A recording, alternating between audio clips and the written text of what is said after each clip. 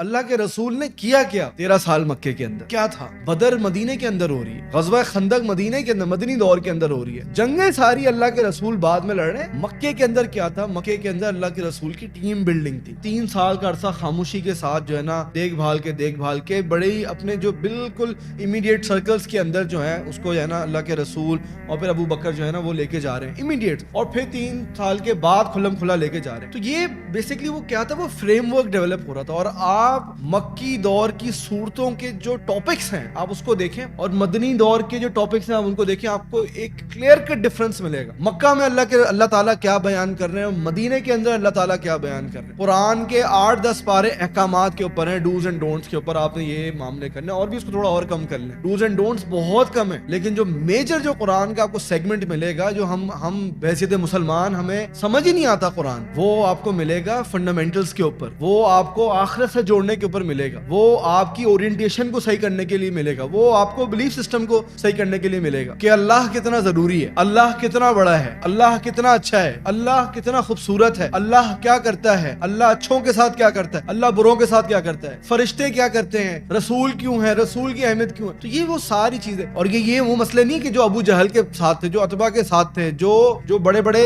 اس زمانے کے عربوں کے فرعونوں کے ساتھ تھے, یہ وہ مسئلے نہیں ہیں. یہ وہ مسئلے جو آج بھی آپ دنیا کے اندر یہ کام لے کے جائیں گے نا, آپ کو ریلیونسی مل جائے گی. انہوں نے کیا تھا, ہماری قوم بھی کرے گی. تو سمجھنے کی بات یہ ہے کہ قبر ہو گئی, موت ہو گئی, یہ سارے فریم ورکس ڈیولپ کرنا. اور قرآن میں وہ کہتے ہیں کہ کیا ہم جو ہے جب مر جائیں گے اور اس کے بعد ہم مٹی ہو جائیں گے, پھر کیا ہم دوبارہ اٹھائے جائیں گے؟ اَيَحْسَبُ الْإِنسَانُ أَلَّن نَّجْمَعَ عِظَامَهُ, انسان نے یہ گمان کیا ہے کہ ہم اس کی جو عظام جو ہیں, اس کی جو ہڈیاں ہیں, اس کو ہم جمع نہیں کر سکتے. اللہ کہتا ہے بلا قادرین, یہ تو تم نے بہت بڑی بات کر دی ہے, تم نے بڑی کلیے کی بات کی ہے. اللہ کہتا ہے ڈیٹیل سنو, بلا قادرین, ہم تو قادر ہیں اس بات کے اوپر, ان نسویہ بنانا, یہ تمہارا تھم امپریشن ہے نا, یہ ان نسویہ بنانا, ہم اس کو بھی دوبارہ بنا دیں. اور یہ وہ بار بار یہ بات بیان کرتے تھے کہ جب ہم مر جائیں گے, اذا متنا وکنا ترابا وعظاما اینا لمبعوثون, جب ہم مر جائیں گے, کنا ترابا, مٹی ہو جائیں گے, اینا لمبعوثون, کیا ہم دوبارہ اٹھائے جائیں گے, دوبارہ ہمارا سب